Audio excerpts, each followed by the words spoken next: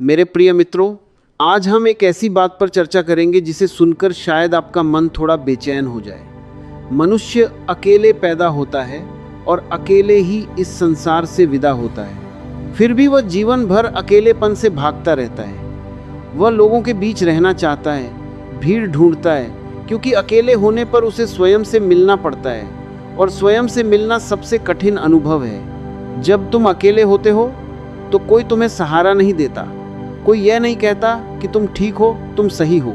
अकेले में केवल तुम होते हो और तुम्हारी सच्चाई होती है। इसीलिए लोग अकेलेपन से नहीं, अपने भीतर से डरते हैं। भीड़ एक सुविधा देती है। भीड़ में जिम्मेदारी नहीं होती, वहाँ तुम सोचने से बच जाते हो। अगर सब एक दिशा में चल रहे हैं तो तुम्हें तय नहीं करना पड़ता कि कहाँ जाना है। भीड़ तुम्हें निर्णय से मुक्त कर देती है, लेकिन यही सुविधा तुम्हें धीरे धीरे मृत बना देती है। भीड़ में तुम सुरक्षित तो हो सकते हो, पर जीवित नहीं। वहाँ तुम्हारी अपनी कोई आवाज़ नहीं रहती, केवल गूंज होती है। अकेले रहना कोई दंड नहीं है, अकेले रहना एक अवसर है। ये अवसर है स्वयं के साथ बैठने का, स्वयं को सुनने का, स्वयं को समझने का। जब तुम पहली बार अकेले बैठते हो तो मन बहुत शोर करता है, पुरानी यादें आती हैं, अधूरे सपने उठते हैं, डर सामने खड़े हो जाते हैं। लोग यहीं डर जाते हैं और फिर से भीड़ की ओर भाग जाते हैं।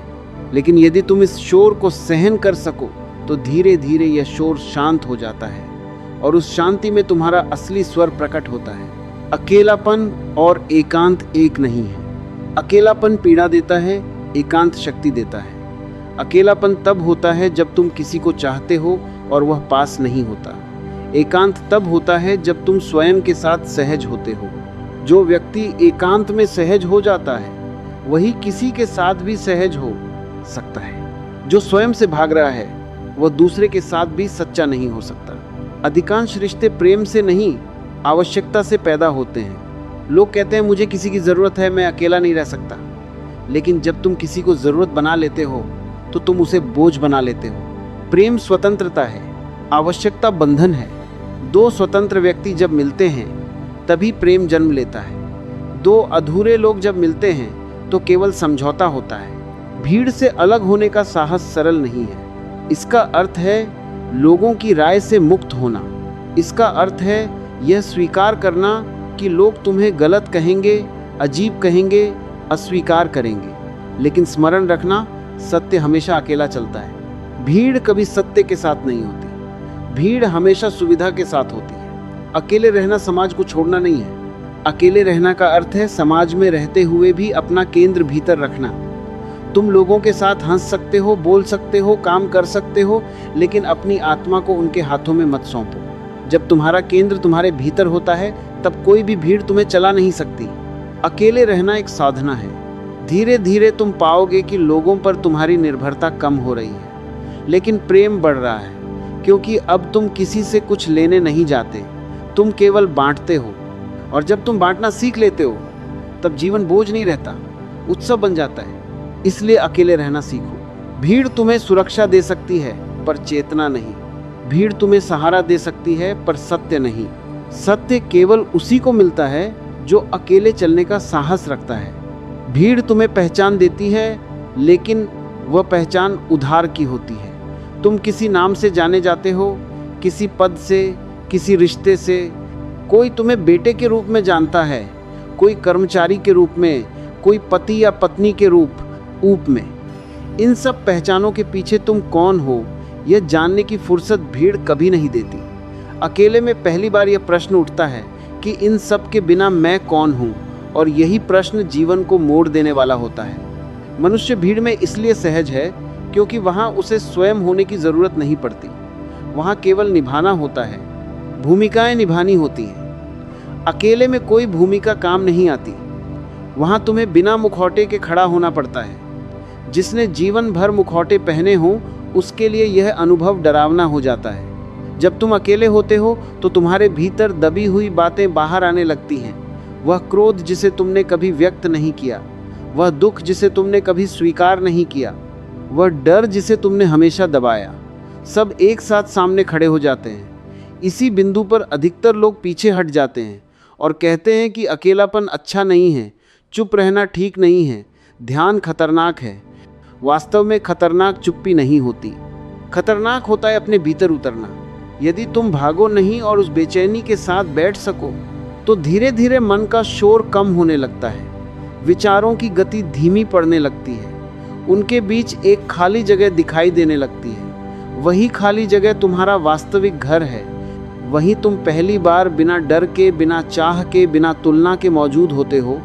उस खालीपन में तुम्हें यह समझ में आता है कि जो कमी तुम जीवन में महसूस कर रहे थे वह बाहर नहीं थी, वह भीतर थी, और उसे भरने के लिए किसी व्यक्ति की नहीं, किसी वस्तु की नहीं, बल्कि जागरूकता की जरूरत थी। जब यह समझ उतरती है तब जीवन में एक मौलिक बदलाव शुरू होता है। जो व्यक्ति इस एकांत को पहचान लेता है उसके रिश्ते बदल जाते हैं। अब वह किसी के पास जरूरत बनकर नहीं जाता, वह किसी से यह अपेक्षा नहीं करता कि मुझे पूरा कर दो, वह स्वयं पूरा होकर मिलता है। और जब दो पूरे लोग मिलते हैं तब प्रेम जन्म लेता है, ऐसा प्रेम जो बांधता नहीं, मुक्त करता है। इसीलिए जो व्यक्ति अकेले रहना सीख लेता है वह गलत रिश्तों में नहीं उलझता, वह डर से नहीं जुड़ता, वह मजबूरी से नहीं जुड़ता।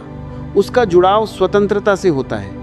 जहाँ स्वतंत्रता होती है वहाँ सम्मान होता है। जहाँ मजबूरी होती है वहाँ धीरे धीरे हिंसा जन्म लेती है। समाज तुम्हें लगातार यह सिखाता है कि अकेले रहना असफलता है। अगर तुम्हारे पास कोई नहीं है तो कुछ गलत है।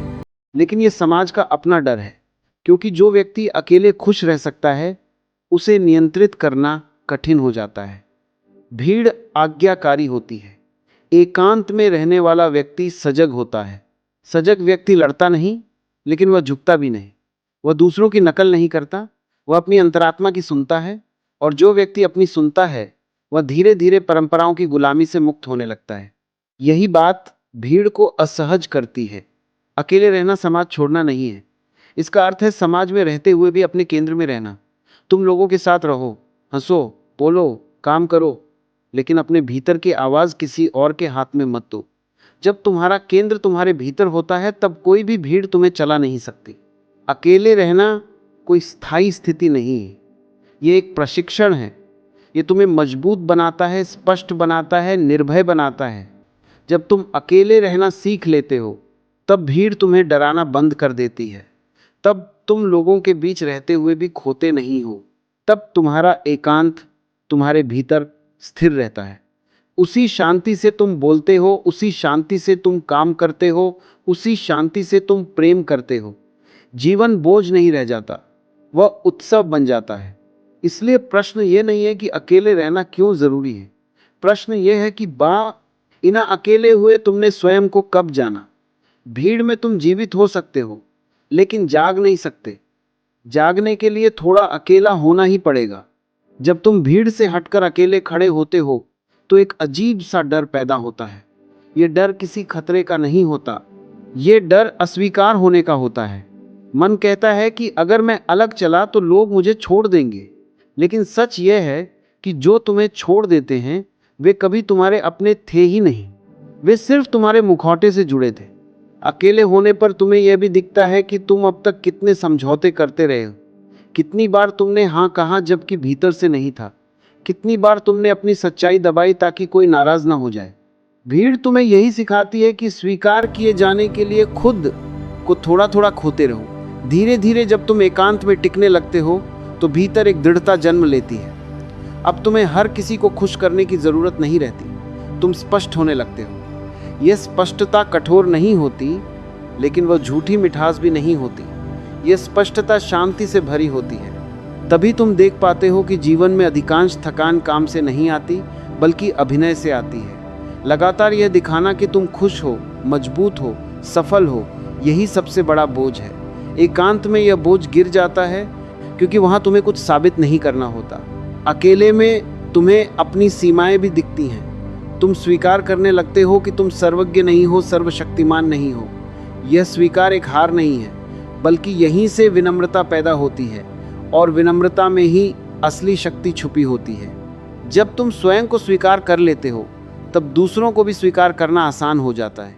अब तुम उन्हें बदलने की कोशिश नहीं करते, तुम उनसे अपेक्षा नहीं करते कि वे तुम्हारी कल्पनाओं के अनुसार हों। यही कारण है कि एकांत को जानने वाला व्यक्ति संबंधों में अधिक शांत होता है। भीड़ में रहकर संबंध अक्सर सौदे बन जाते हैं। तुम मुझे यह दो, मैं तुम्हें वह दूं। लेकिन जब तुम भीतर से पूरे होते हो, तब संबंध साझा करने का माध्यम बन जाते हैं। अब वहां लेन देन नहीं, केवल उपस्थिति होती है। अकेले रहना तुम्हें निर्भय बनाता है। अब तुम लोगों की राय से नहीं चलते। तुम प्रशंसा से फूलते नहीं और निंदा से टूटते नहीं। दोनों तुम्हें छूती हैं, लेकिन बांधती नहीं। यह स्वतंत्रता किसी बाहरी विद्रोह से नहीं आती, ये भीतर की समझ से आती है। धीरे धीरे तुम्हें यह भी दिखने लगता है कि भीड़ का रास्ता हमेशा सबसे आसान होता है, लेकिन वह रास्ता तुम्हें गहराई में नहीं ले जाता। वह तुम्हें सतह पर घुमाता रहता है। गहराई का रास्ता अकेले में उतरता है, जहाँ कोई तालियां नहीं होती। अकेले रहना तुम्हें संवेदनशील बनाता है। तुम जीवन की छोटी छोटी बातों को महसूस करने लगते हो। हवा का स्पर्श, मौन की गहराई, अपने ही श्वास की गति।